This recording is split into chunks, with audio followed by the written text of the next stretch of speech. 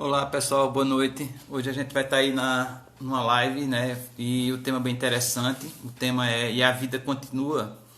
E a gente vai abordar essa perspectiva, né? De dar continuidade depois da morte dessa matéria, né? Desse corpo físico, né? E aí a gente vai interagir.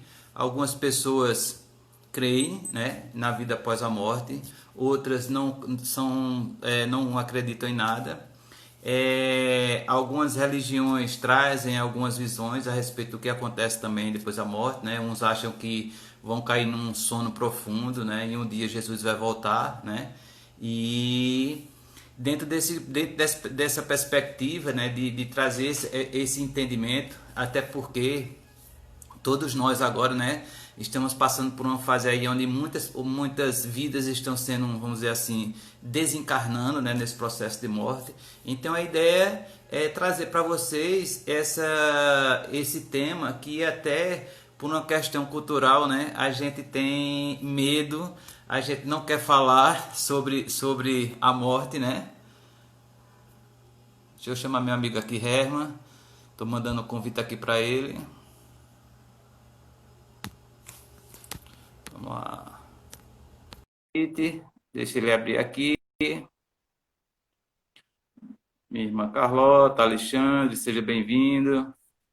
Boa noite, Marco. Boa noite, meu amigo. Como é que você está? Tudo certo? Graças a Deus. Graças a Tudo em Deus, vai. paz? Antes de você entrar, eu estava falando para o pessoal justamente essa questão de abordar e de tratar de um assunto que requer quebra de um tabu, né? Até pela cultura nossa, né? A gente nunca fala da morte. A gente tem medo, né? E eu falava para eles que existem várias percepções, inclusive de culturais e da própria religião em si, né? E a gente vai trazer essa visão e esse debate bem legal, e por isso que o tema é A Vida Continua, porque nós acreditamos e temos provas cabais disso, né, que a vida realmente ela continua, e a gente vai abordar esse tema aí. Então, para ganharmos mais tempo, eu peço que o irmão aí faça a prece, para que a gente dê o início a esse trabalho. Ok. Pedimos o amparo de nossos amigos espirituais, Dr. Bezerra de Menezes, Eurípides Barçanufo, Caio Bachúdel, e todos os demais trabalhadores incansáveis que leva o amparo, o alívio a todos em aflição. Pedimos ao Cristo, nosso irmão, nosso modelo, nosso caminho, a nossa vida, a intercessão junto ao Pai, por todos nós, encarnados e desencarnados. Que assim seja. Que bom. Herman, esse tema ele é muito importante porque eu acredito que o ser humano, e isso independe até da crença, porque no Espiritismo a gente também vê pessoas com esse medo, né, dessa partida, e a gente não tem literalmente a ideia dessa complexidade do que é, né? Então, do que é o processo de desencarne, né? De deixar essa matéria, de passar para o mundo espiritual. E como a gente vai falar de vida, eu vou iniciar aqui, depois eu passo a bola para você, justamente o fim do livro de Paulo Estevão, né? Que é justamente quando Paulo deixa a matéria e começa a entrar no reino espiritual, que diz assim, né? Depois que o camarada faz a decapitação, né? Então diz assim, né? Paulo de Tarso caiu redondamente, sem articular uma palavra. O corpo, ao quebrado, embolou-se no solo, como um despojo horrendo e inútil. O sangue jorrava em golfões nas últimas contrações de agonia rápida, enquanto a expedição regressava penosamente, muda dentro da luz matinal e triunfante. O valoroso discípulo do Evangelho sentia angústia das derradeiras repercussões físicas, mas, aos poucos, experimentava uma sensação branda de alívio reparador. Mãos carinhosas e solícitas pareciam tocar-lhe de leve, como se arrancassem tão só num contato divino as terríveis impressões de seus amargurosos padecimentos. Tomado de surpresa, verificou que os transportavam a um local distante e pensou que amigos generosos desejavam assisti-lo, em lugar mais conveniente para que não lhe faltasse a doce consolação da morte tranquila. Depois de alguns minutos, as dores haviam desaparecido por completo, guardando a impressão de permanecer à sombra da árvore frondosa e amiga. Experimentava a carícia de brisas matinais que passavam em lofuras frescas. Tentou levantar-se, abrir os olhos, identificar a passagem. Impossível. Sentia-se fraco, qual convalescente da moléstia prolongada e gravíssima. Reuniu as energias mentais como lhe foi possível e orou, suplicando a Jesus que permitisse o esclarecimento da alma naquela nova situação. Então, palavra com você, meu amigo. Bom, vamos lá em relação a essa questão dessa vida além dessa vida, né? Na Revista Espírita, julho de 1865, ele diz assim: dia virá em que os homens, vencidos pelos males engendrados pelo egoísmo, compreenderão que seguem o caminho errado e Deus quer que eles encontrem o caminho à sua custa, porque lhes deu o livre-arbítrio. O excesso do mal lhes fará sentir a necessidade do bem, e eles voltarão para o lado do bem, como para a única tábua de salvação. Quem os levará a isto? A fé séria no futuro, e não a crença no nada após a morte. A confiança num Deus bom e misericordioso, e não o medo de suplícios eternos. Quando, em Paulo e Estevão, a gente ouve Paulo falando sobre essa relação, a gente vai navegar na codificação espírita. E aonde? No céu e inferno. Evangelho segundo o Espiritismo, Livro dos Espíritos, o que é o Espiritismo, eles colocam assim: olha, a sua chegada no plano espiritual, nessa vida, após essa vida, além dessa sua corporal, ela dependerá efetivamente do que nós fazemos aqui hoje, de sermos bons, de praticarmos a bondade e, acima de tudo, a fé na vida futura. Porque quando você se aproxima dessa vida espiritual, nós temos passagens hoje no estudo do Missionários da Luz, mas no próprio Evangelho segundo o Espiritismo, eu já passei 3 vezes no dizer claro: viver a vida espiritual e física te traz o conforto. E aí o medo da morte, ela desaparece. Mas é interessante que é um medo da morte, não de saber que há algo além. Há o medo de deixar aqueles nossos entes queridos aqui, como que ficarão. Esse é o nosso medo. Porque o espírita, ele mais do que entende dessa continuidade.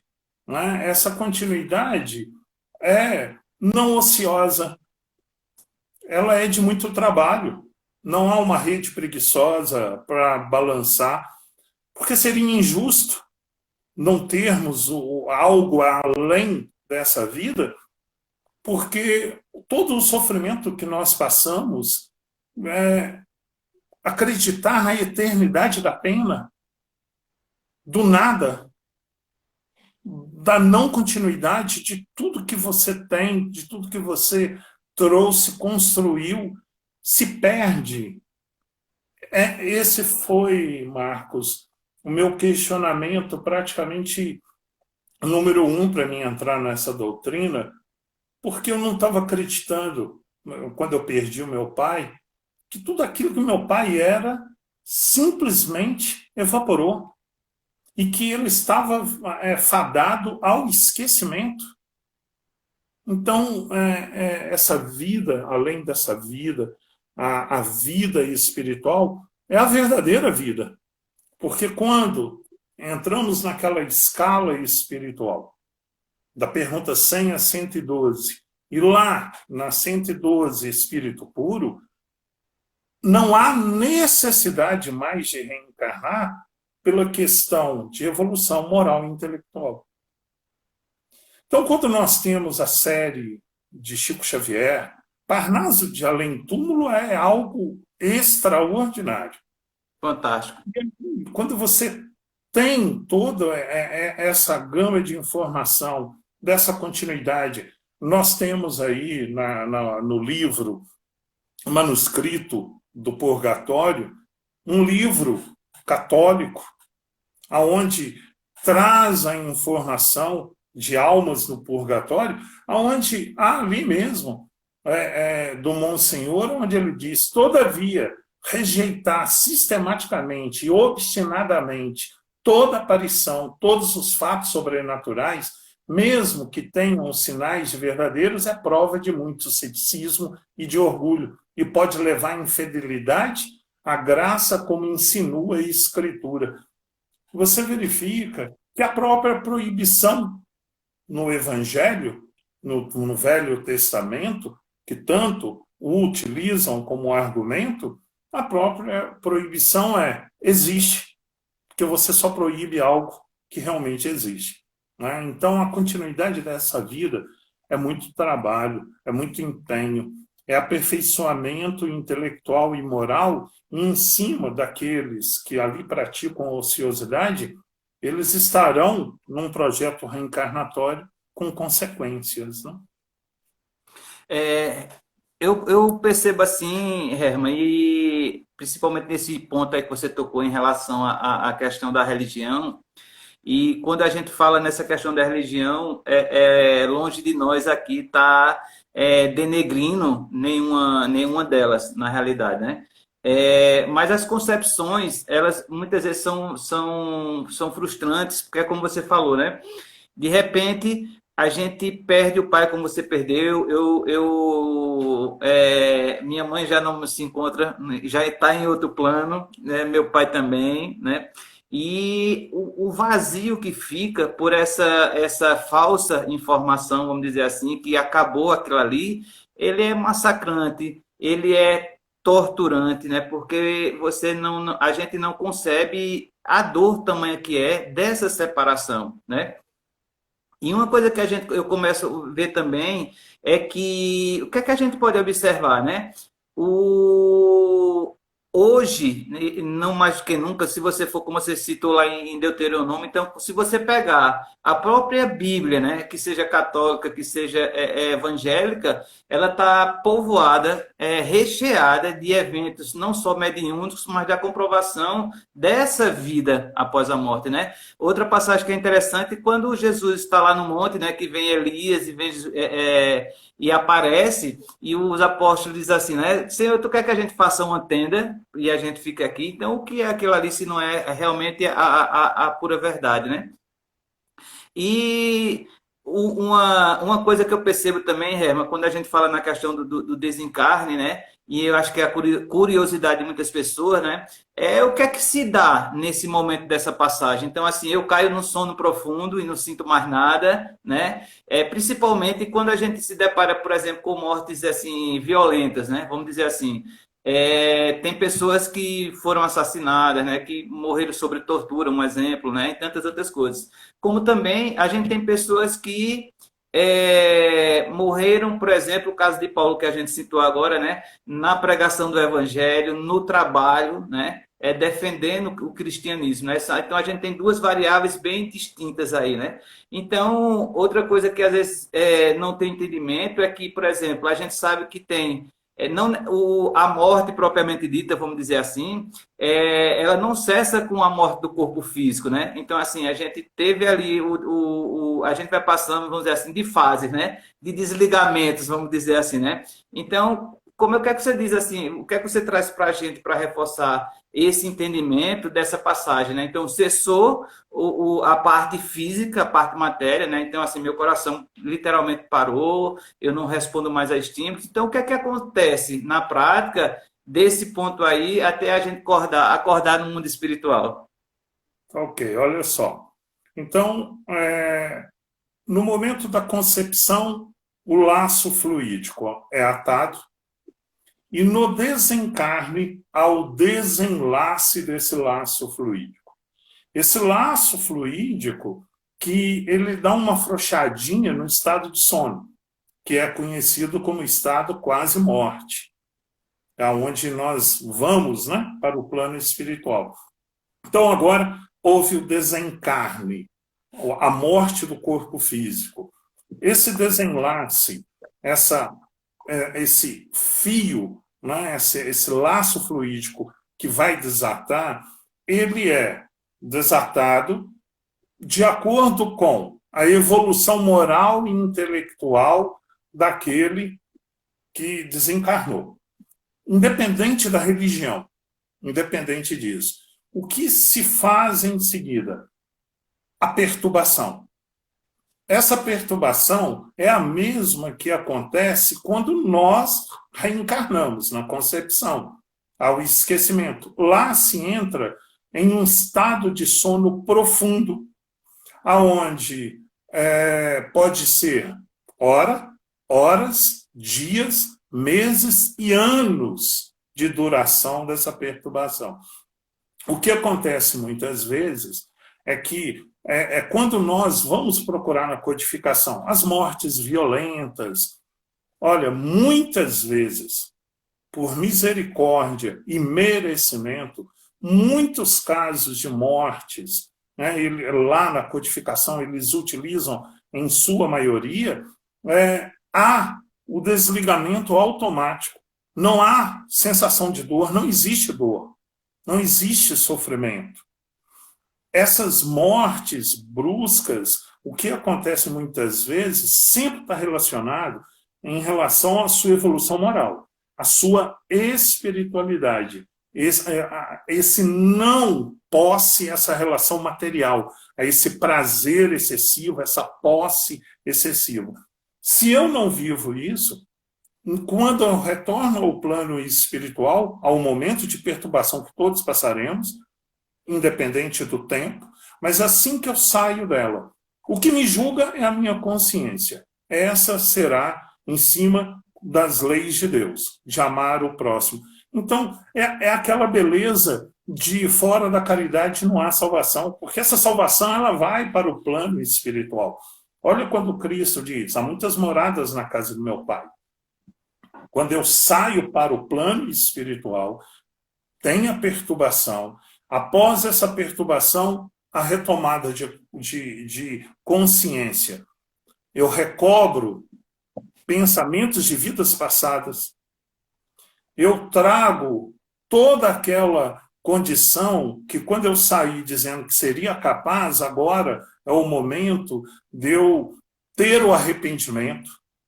Não existe o inferno eterno, como não existe esse céu eterno que pintaram e o purgatório. O purgatório é o planeta Terra. E aí, quando então eu retorno, saio dessa perturbação, independente da minha morte, isso é muito importante. Eu lembro que uma pessoa foi ao centro espírita, fez essa pergunta ao palestrante. O palestrante, sem conhecimento da codificação, deu uma resposta. Essa menina chorou, porque ela não conseguia entender que a morte de sua avó, tão querida, de uma avó que a amava tanto e que fez coisas boas o tempo inteiro, poderia ter voltado em um retorno como se fosse algo natural para todo mundo. Existe a separação, evolução moral, independente da religião. A evolução moral, ela interfere no pós-morte, na vida no plano espiritual, na erraticidade. Isso é fato. E é isso que a gente procura, sempre está procurando ali melhorar, sempre evoluir. Essa evolução moral é ponto crucial. Ok?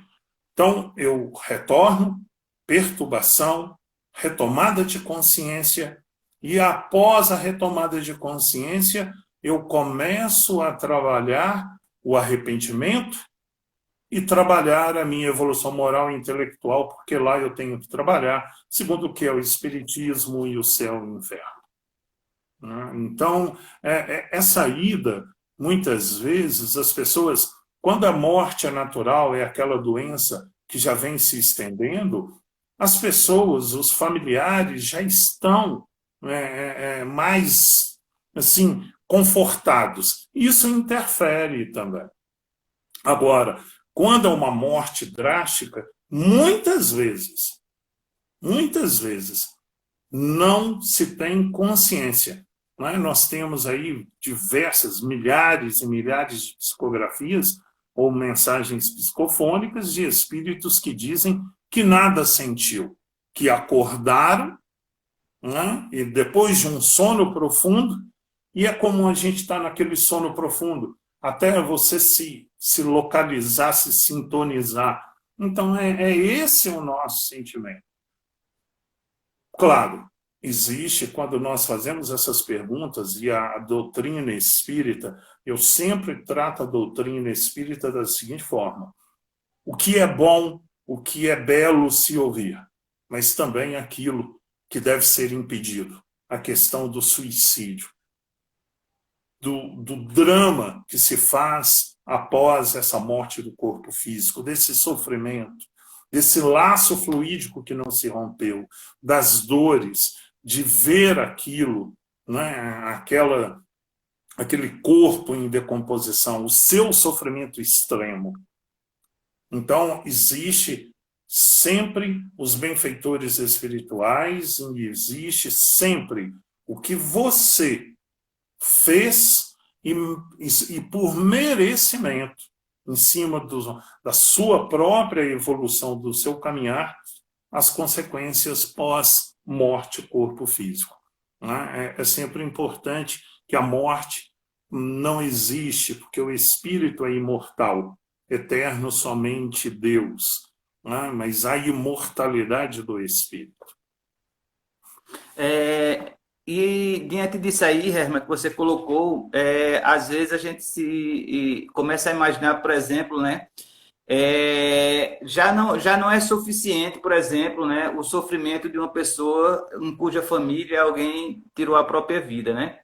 E aí ainda se ficam muitas vezes naquelas especulações que não morreu, está no inferno, está condenado para o resto da vida, né?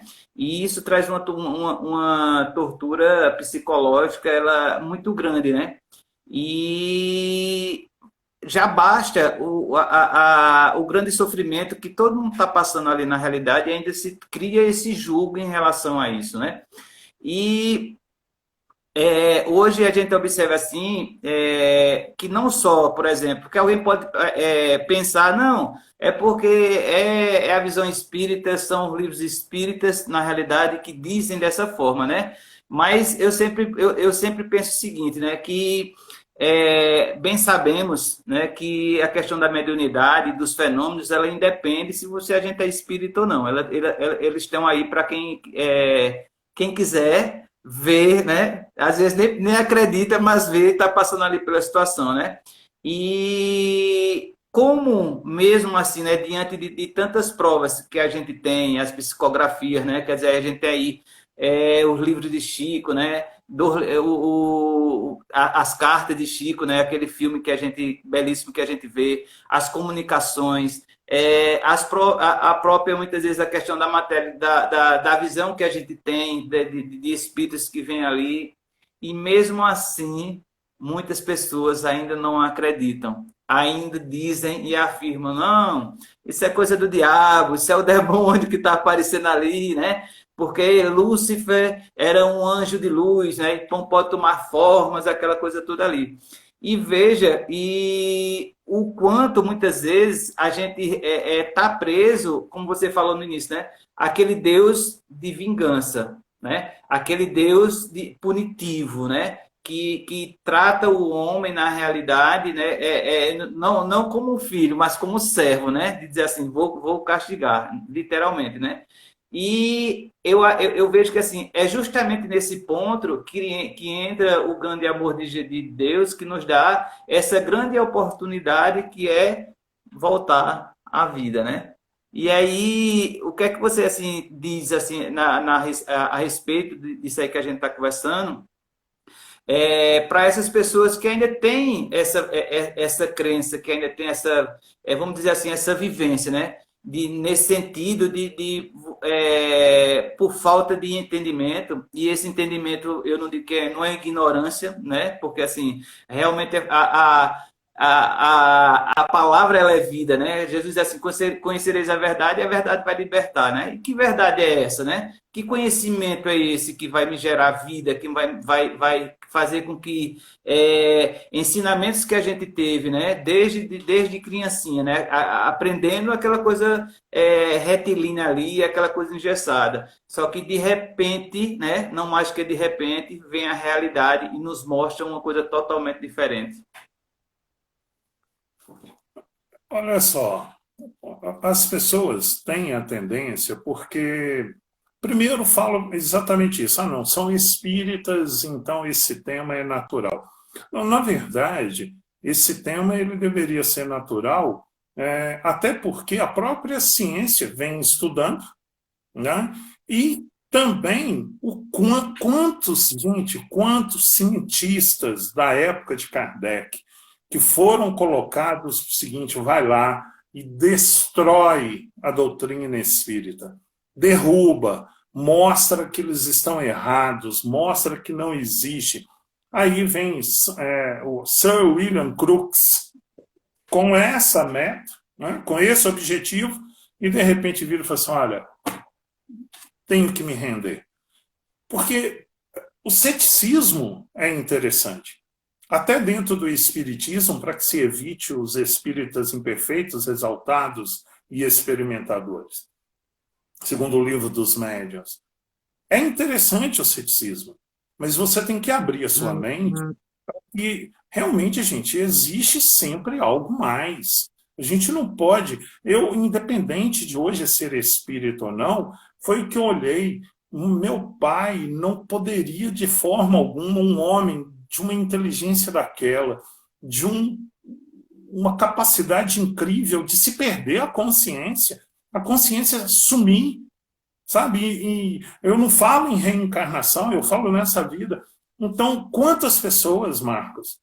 Eu lembro que um dia eu estava no centro espírita, um tempo atrás, né, antes de arrumar esse serviço à noite, e aí uma pessoa chegou, eu abri o centro espírita, mas eu não estava com a chave da porta interna, fiquei do lado de assim, dentro do portão, mas não entrei. Uma pessoa baixou a cabeça assim, colocou a cabeça e falou assim, olhou e falou, opa, pois não? Não, é porque eu vim aqui para procurar uma solução. Eu falo, mas o que foi?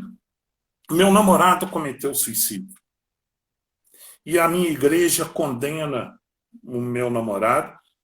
Eu fui numa outra religião e eles condenam, porque é a eternidade da pena. E você? O que você pode falar? Eu chego e falo assim, olha, muito boa. O que eu posso te falar? Ore por ele, peça por ele, mude os seus pensamentos, porque a vida continua. O que ele precisa agora não é ser condenado. O que ele precisa agora é do nosso amparo. Ele tem que sentir isso. E essa pessoa se reconfortou. Então, independente, as pessoas muitas vezes... Eu estava lendo, eu fui procurar psicologia, eu viajei nesse tema. Foram para mais aí de 50 horas de estudo. E eu chego um momento que falo assim, olha, a morte é o esquecimento daquilo que viveu com você. E é isso, né? É isso que as pessoas vivem. Porque choram hoje, lamentam um período, sentem saudade outro, e daqui um tempo não se fala mais. Se esqueceu. Né? Então, independente da crença, da filosofia, eu acho que por eles, pelo que eles foram para a gente. Porque você vai para a doutrina espírita, eles vão te mostrar as mensagens, então tá ok. Mas, gente, a vida continua, não tem como. Olha só, no livro Céu e Inferno, capítulo 3, o céu. Porque eu não preciso falar do inferno, que é o céu, né? no item 18, nessa imensidão sem limite, onde, pois, está o céu, está por toda parte, nada o cerca, nem lhe serve de limites. Os mundos felizes são últimas estações que eles conduzem. As virtudes lhe franqueiam um caminho, os vícios lhe interditam o acesso.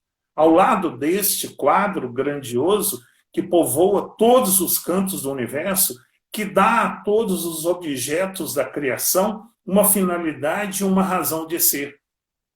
A ciência, ela já destruiu essa relação que abaixo do plano da crosta continua.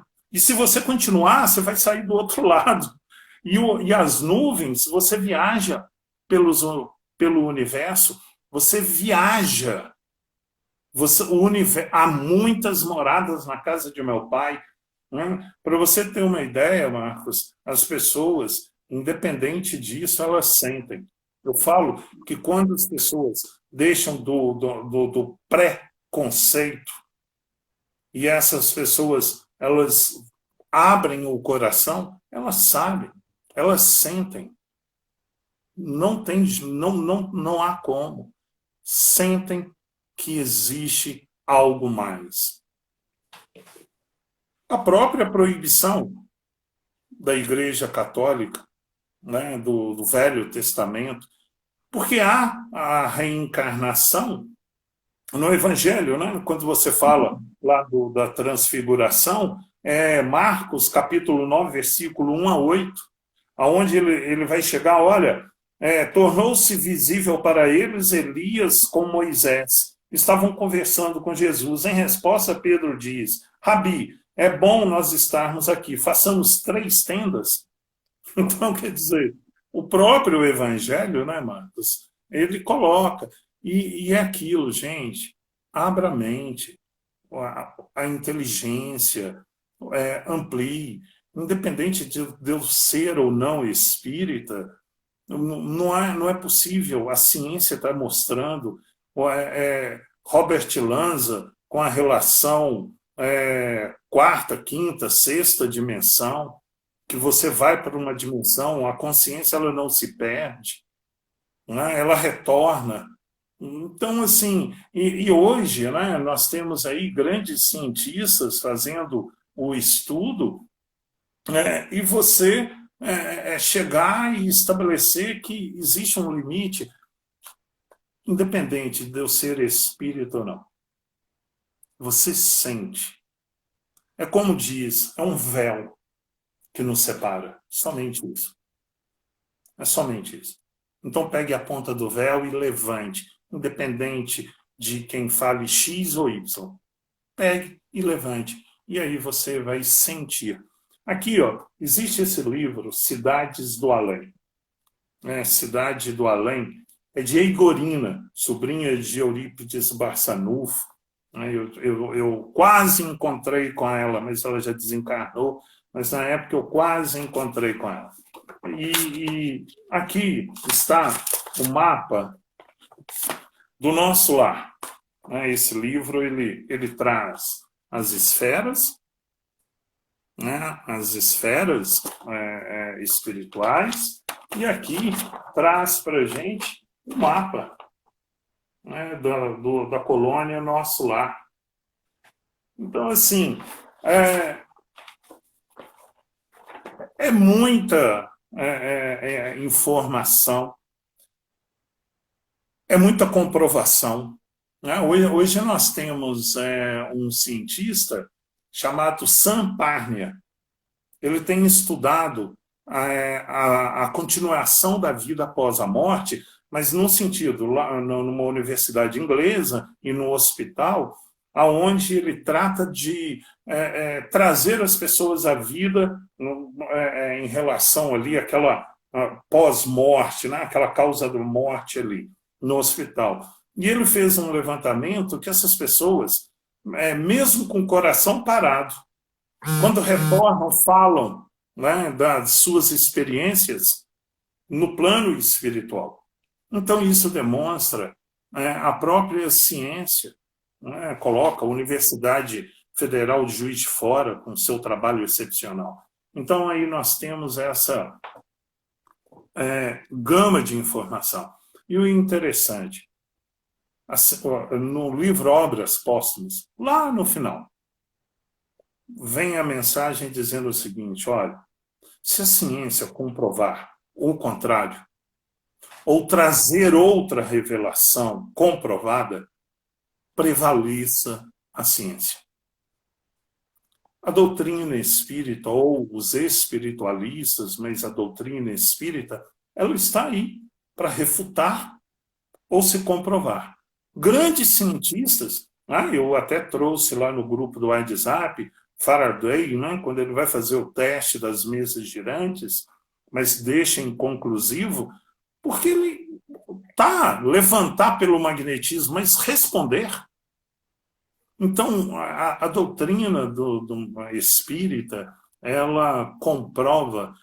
E lá em Obras Póstumas, você tem uma carta psicografada, aonde lá nela diz, em 1857, se não me engano, ou 59, que Kardec recebe dizendo quando ele vai reencarnar. Quando, assim, eu digo assim, a sua reencarnação para continuar o seu trabalho.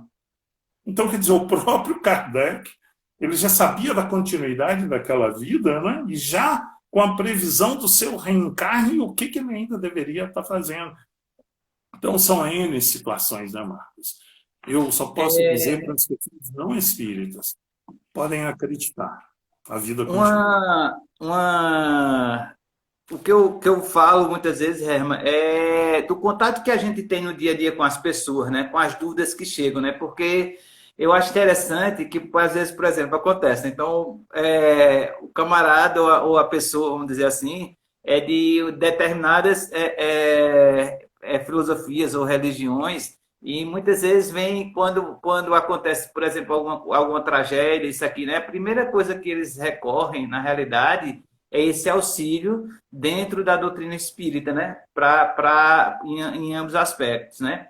E diante de quando você começa a enveredar por esse caminho, né? E a gente já é impossível a gente não falar.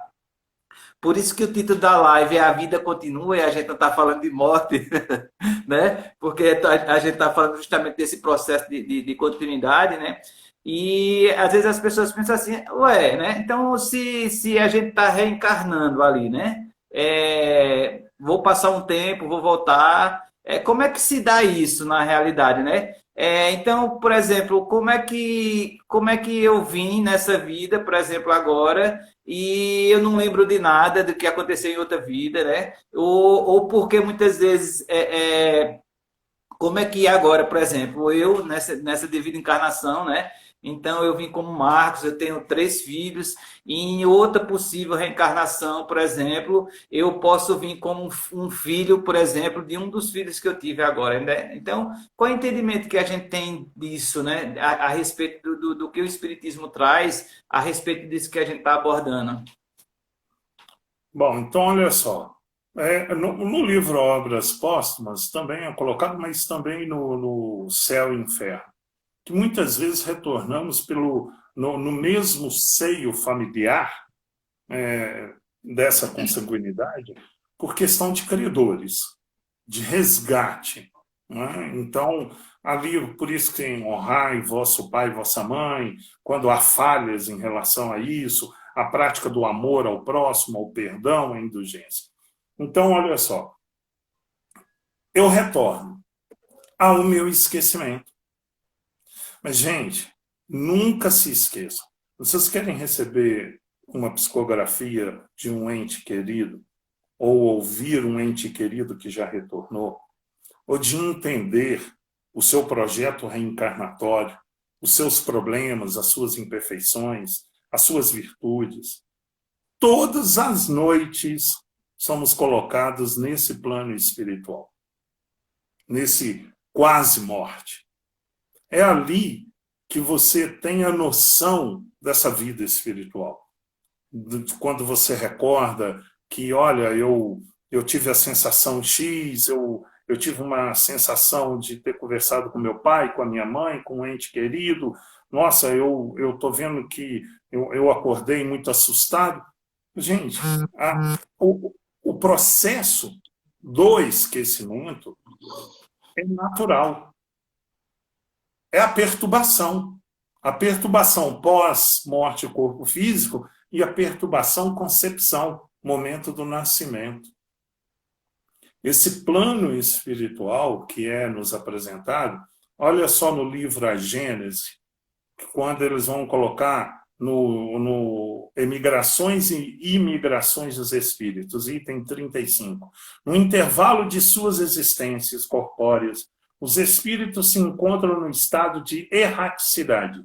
Se formam a população espiritual, o ambiente do globo. Pelas mortes, pelos nascimentos, as duas populações, terrestre e espiritual, desaguam incessantemente uma na outra.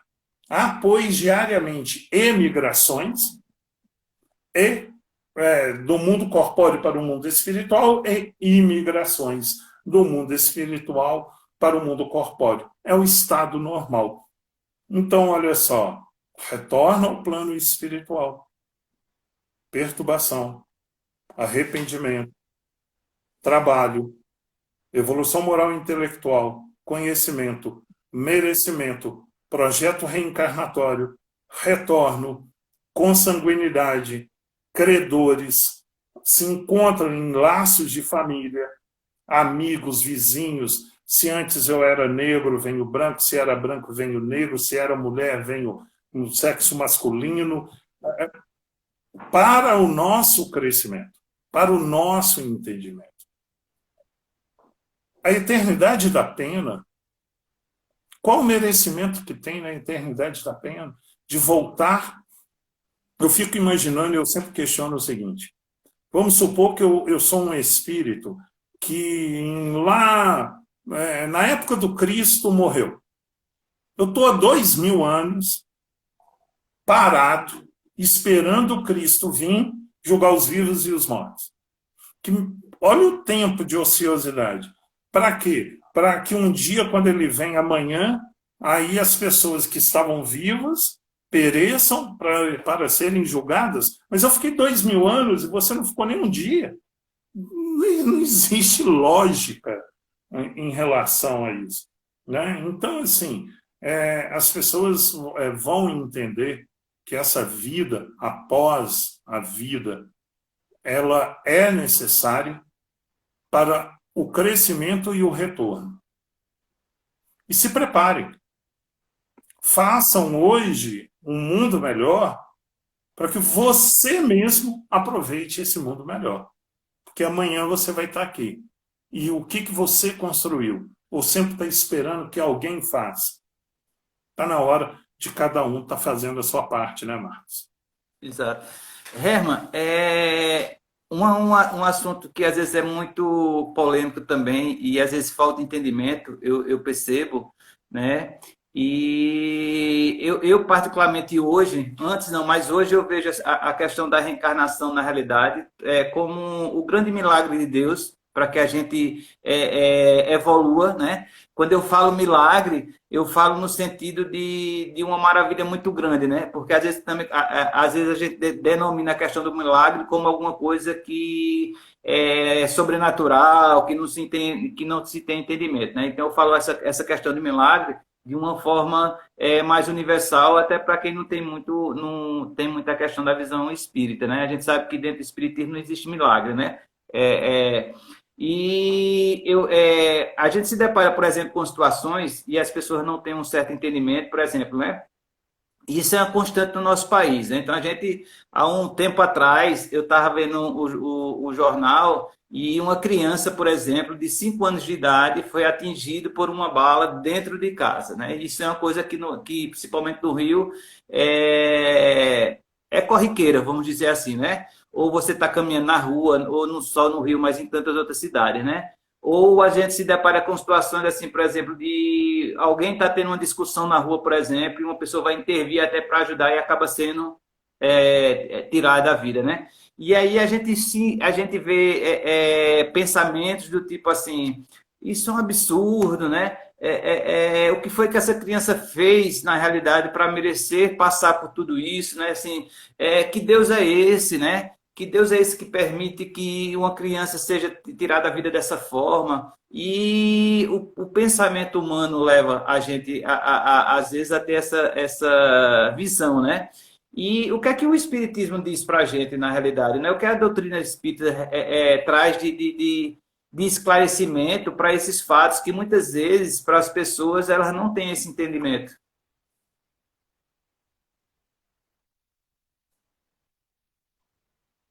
Eles vão explicar da seguinte forma, eu vou pegar o exemplo deles.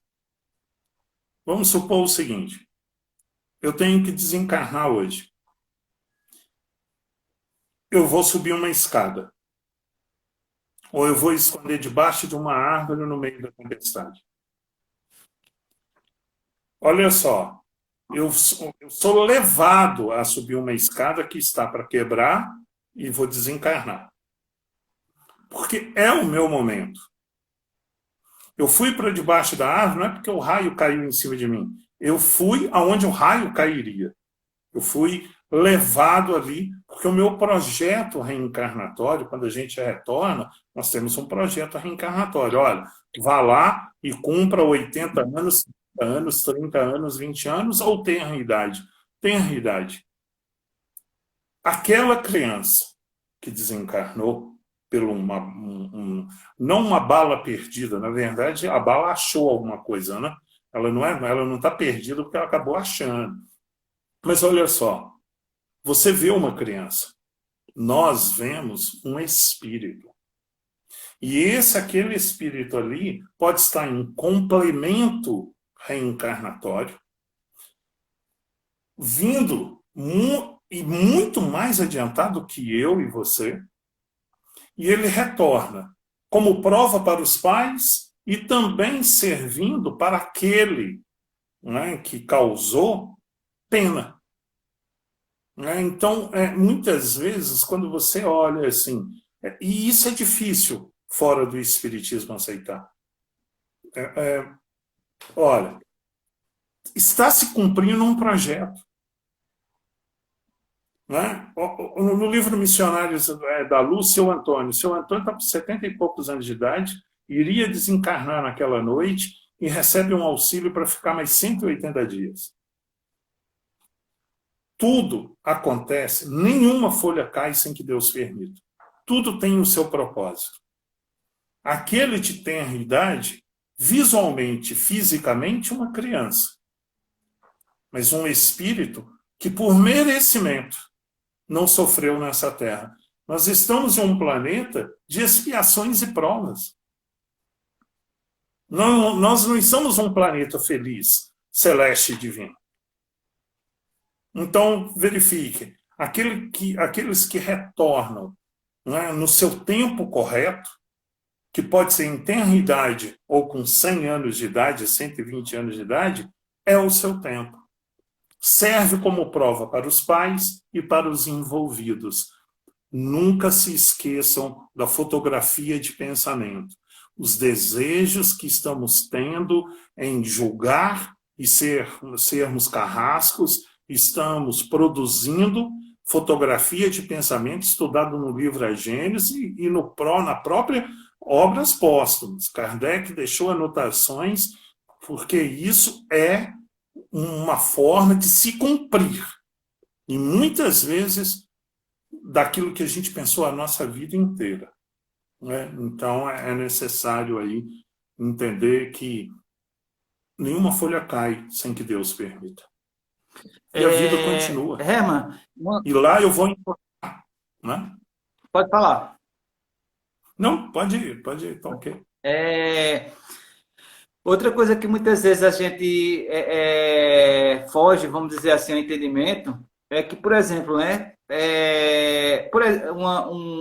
quando a gente está conversando aqui, na realidade, a ideia da conversa é que a gente está falando também para pessoas que não têm o conhecimento da doutrina espírita, entendeu? Por isso que a gente traz essa visão aí, né?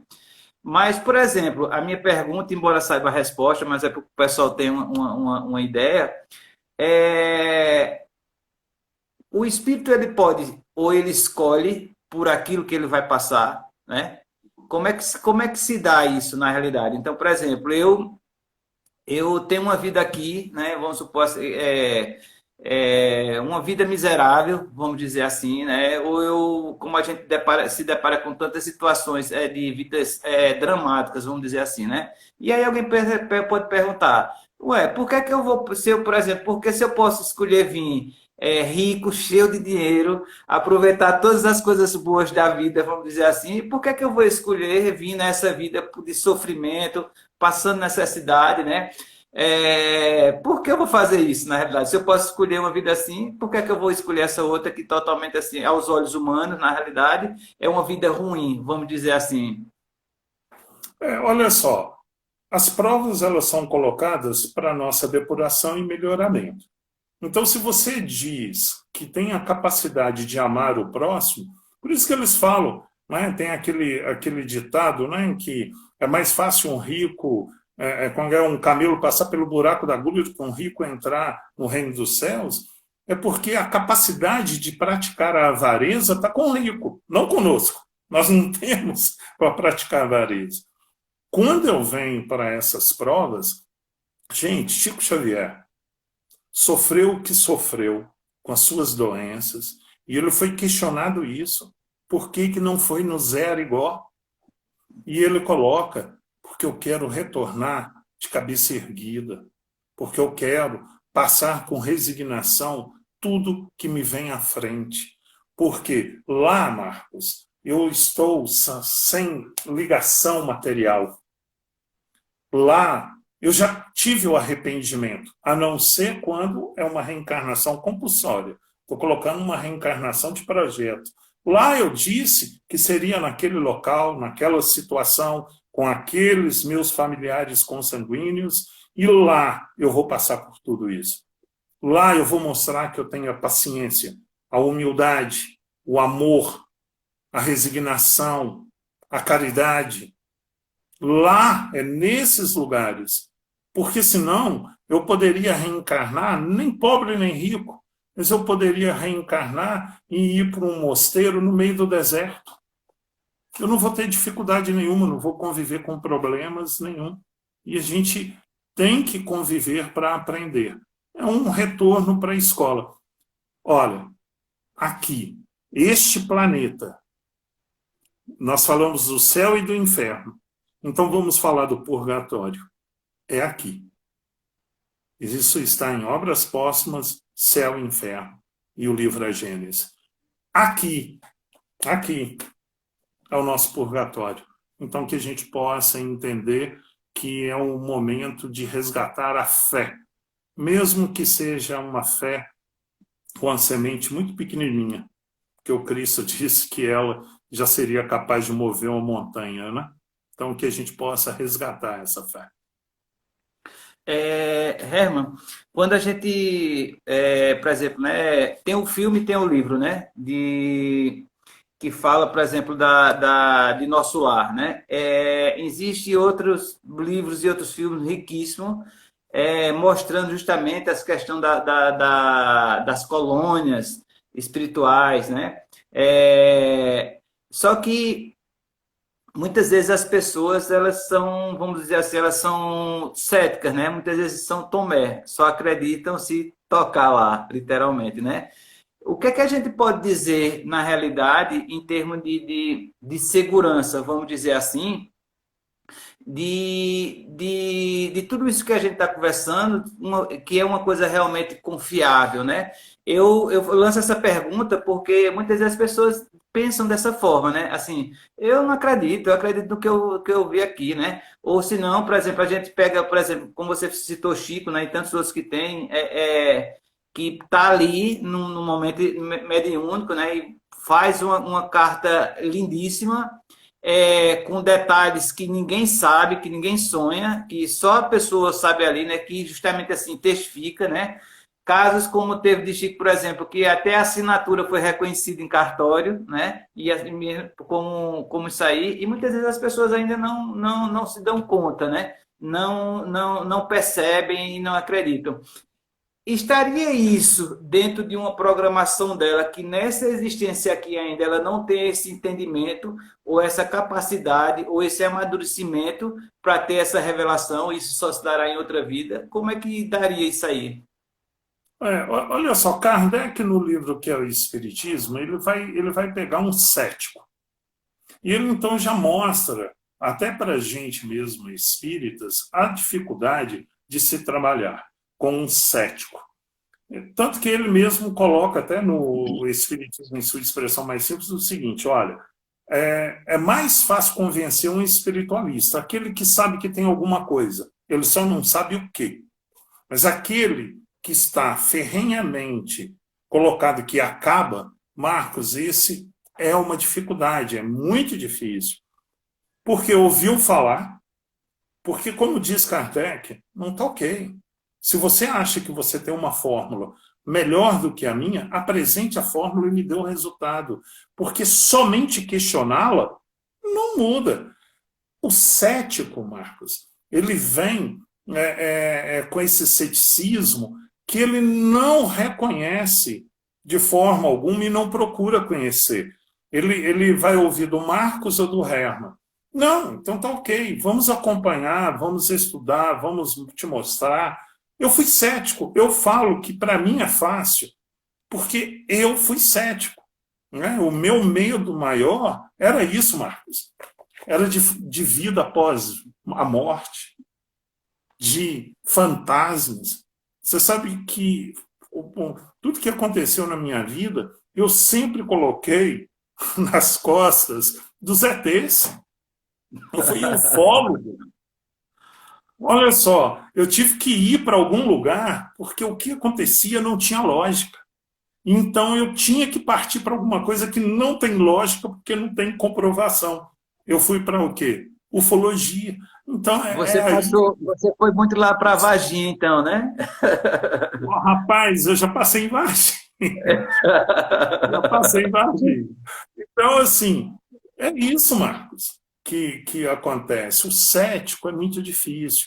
Ele tem que querer, a primeira coisa dele, deixa eu tirar. Eu sempre falei uma coisa, que se você quer aprender algo, tira a água do copo para você aprender. Hoje não, Marcos, eu prefiro o seguinte: café com leite. Eu adoro café com leite. Então, pegue o que você tem e misture. E aí você vai ter um conhecimento maior. O seu ceticismo ele pode acabar através disso. O querer conhecer, o querer aprender. Somente assim. A doutrina nunca será imposta. Jamais será imposta. Né? Isso é uma das coisas assim, Herman, eu passei na minha início da minha adolescência, né? Eu tive assim, passei por alguma casa espírita, mas depois eu vivi a minha vidazinha secular lá, tal. Depois eu passei pela igreja evangélica, vamos dizer assim. Sou batizado na igreja católica, que minha mãe era católica, na verdade. E eu sempre, por passar por esses cantos, assim, eu sempre questionava essa questão, né, do que a gente está falando. Poxa, eu teoricamente, aos olhos humanos, eu morri. E fica por aqui, quer dizer, aonde estaria, literalmente, a justiça de Deus, né? E esse processo todo evolutivo, se tudo acabasse aqui, né? Imagine, por exemplo, no Oriente Médio, alguém, né, chega lá, um monte de bomba no corpo, vai para uma praça, estoura todo mundo, e aí? Né? E aí, o inocente, vamos dizer, que estava ali, não vai ter mais uma oportunidade, né? O próprio suicida que a gente falou, que tirou a sua vida, não vai ter outra oportunidade de corrigir aquele erro, né? E a gente começa a se pegar. Então, a gente se depara muito com essa questão da religiosidade, vamos dizer assim, que leva a Bíblia, né, e outros estudos ao pé da letra, mas eles não olham a lógica na realidade, né? Eles não olham a razão daquilo ali e muito pelo contrário, né? Eles não questionam, né? Eles não falam, não questionam. Herman, eu vou iniciar aqui o vídeo de novo, eu vou salvar esse e a gente dá continuidade no próximo. É 2 minutinhos no máximo e a gente volta. Tá joia? Tá ok.